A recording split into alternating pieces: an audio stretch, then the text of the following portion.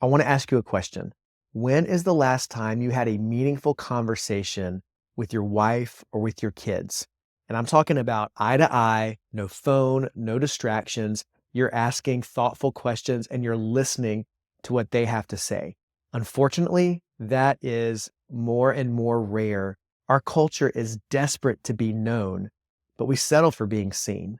We build relationships on scrolling and liking and quick glances, but we end up mistaking visibility for connection. And presence goes so much deeper than that. It requires more. So, how often are you somewhere else entirely mentally?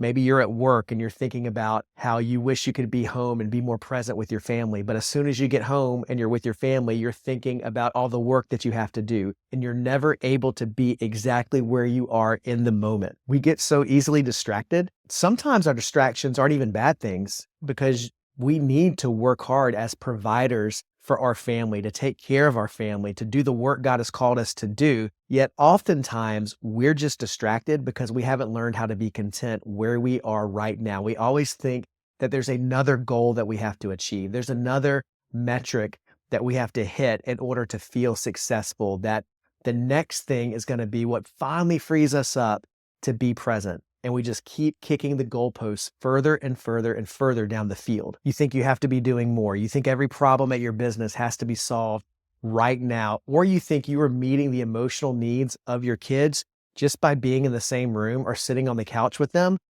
yet you're emotionally distant. You're not really there because you're just scrolling on social media because you haven't learned how to actually connect with your kids. And you're insecure about it, and you think that you have nothing to offer and you don't know how to relate to them right now. And so it just leaves you feeling more and more restless and discontent. Here's what I want you to understand. Your family doesn't just need your proximity.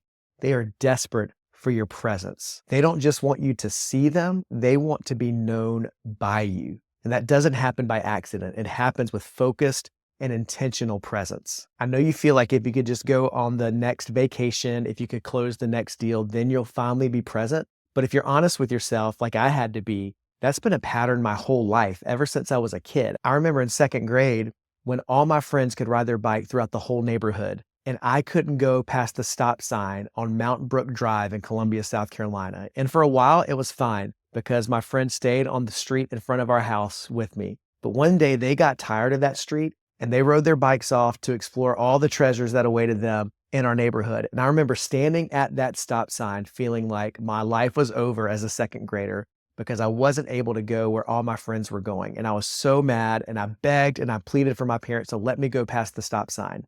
And eventually they did. It took a while, but eventually I did get to go explore the rest of the neighborhood.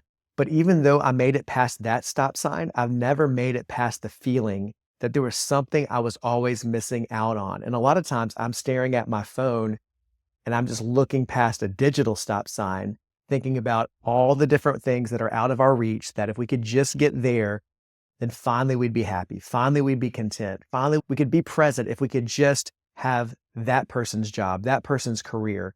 Or we see all the ways that the parents on Instagram are present with their families, and we start to feel that we don't measure up. So in life, we constantly chase this perfect feeling or perfect situation, but that's not where our joy is found. That's not where our peace is found. As men, we have to learn to practice presence even in the midst of the chaos of life. And that starts by recognizing what's most important in the long term, so then you can start to invest your time wisely right now in this moment. And here's the biggest shift that helped me with that. I used to think my purpose, just like that stop sign, was somewhere other than where I was at right now. It was in the bigger thing that God would do through my life one day, that it was in the dream that I was working so hard to achieve.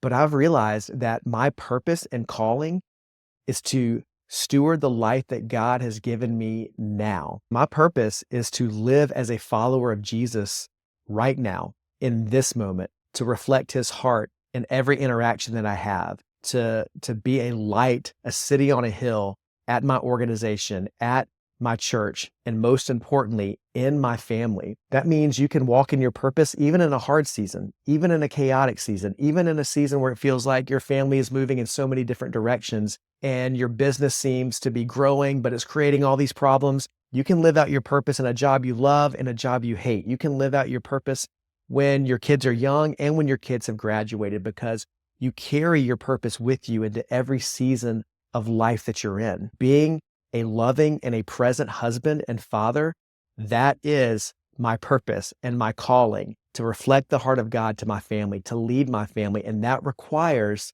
being present. That requires learning how to steward and to take advantage of the small moments that God gives us every day. I lead a mentorship for Christian men called the Steadfast Way.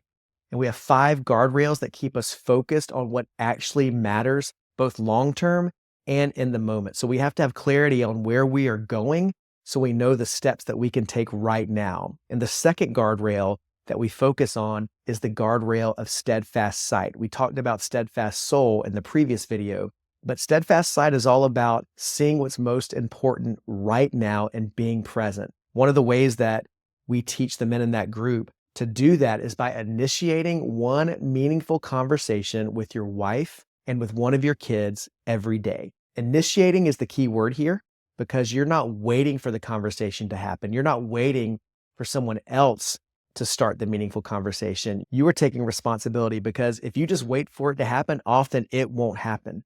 And so you need to step up and lead. These don't have to be hour-long conversations. Sometimes they can just be 5 minutes. Sometimes it'll feel like, oh, did that even matter? But if you're creating the space for this every single day with a 5-minute conversation here and a 5-minute conversation there, and you're building meaningful connection, you have no idea what that's going to produce in your family's heart. You have no idea how that's going to produce a feeling of safety and love and belief in your son, in your daughter, or how one conversation is going to become a pivotal moment in their life. Maybe a 5-minute conversation does become an hour conversation when your son finally says, hey, I've been wanting to talk to you about this for a long time, and I've been working up the courage, and now's the time.